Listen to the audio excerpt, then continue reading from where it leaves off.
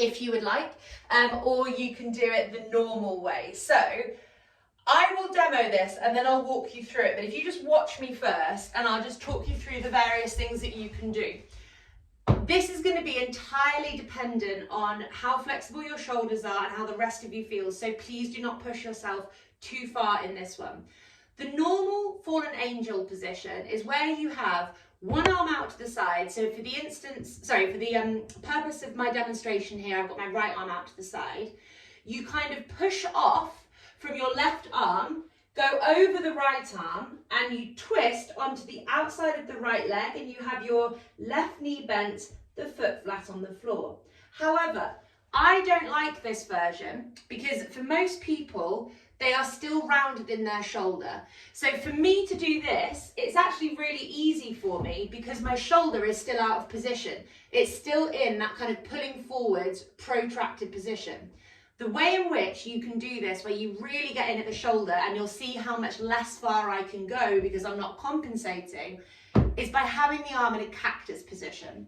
So by having your arm in the cactus position like so, you basically stop yourself from compensating through your lower arm, and it really puts the work in the shoulder. So watch how much less I can move here. So cactus arm on my right hand side, using my left arm gently against the floor. I'm taking my leg there, and I am just stopping at the point where it feels too much in the front of my right arm. I've got all sorts of wobbling going on through my right arm because of that last exercise, and I'm using my left hand actively into the floor to create the work. So rather than you're not passive in this, you are using your left hand against the floor to kind of push you open. You might not be able to do this with your left leg. Don't worry about it. You can just have your legs laying on the side.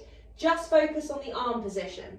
So the more modified version of this would be simply having cactus arm, pushing into left hand, and don't worry about your legs at all. Keep your head relaxed. Oh my God, my right arm is doing something it's never done before. Keeping the rest of you relaxed, but really grounding into that left arm or left hand into the floor. And if you want to, you can take the left leg over, which is going to create more load through that right shoulder. If that hurts you lots, do not do this, do something else instead. If you want to, you can try that normal version, but humour me, because the normal version, I promise you, your shoulder will be out of position. This is going to really stretch your pectoralis minor, pectoralis major, front of your delts. It's going to feel hopefully really quite tight, but good. We're going to set a timer. We're going to do this for a minute. Control your breath. Off we go. Use the left arm in the floor. Spread your right fingers wide and try and pull the right shoulder blade back and down behind you. I have genuinely never had any wobbling through my arm in the way that I'm getting today. This is quite crazy, but I think it's having done that other exercise beforehand, before we did this one. Keep breathing, relax your breath, ground the fingers of the right hand, spread them wide, push them down into the floor, push the left hand into the floor, and just go as far as your body can go. You've got another just over 15 seconds left here, and then we're going to swap sides. 10, 5, 4, 3, 2, 1, and relax off.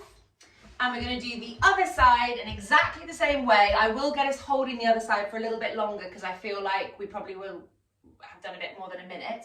So same thing applies here. Your left elbow is in alignment with that left shoulder. The hands spread firm and wide, and I call it active starfish. We've got active starfish hands. We're using our right hand to kind of push us over. We're either having our legs just flat and relaxed, or if you can do the added kind of hip opening as well, that's great. Your head stays relaxed. You're pushing into the hands and the fingers, and you're really making sure that you're only pushing yourself to the point where you can maintain your breath. 1 minute and 15 seconds here, off we go. Keep breathing.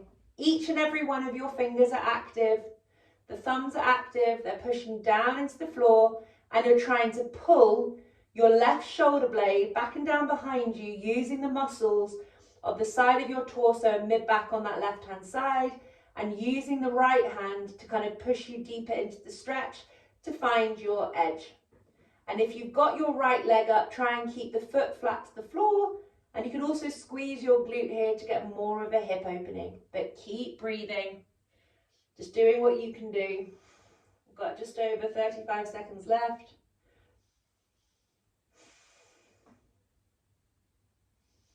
Push down into the floor with all of your fingers, spread them wide, and pull that left shoulder blade back and down away from your ears. We've got 20 seconds left.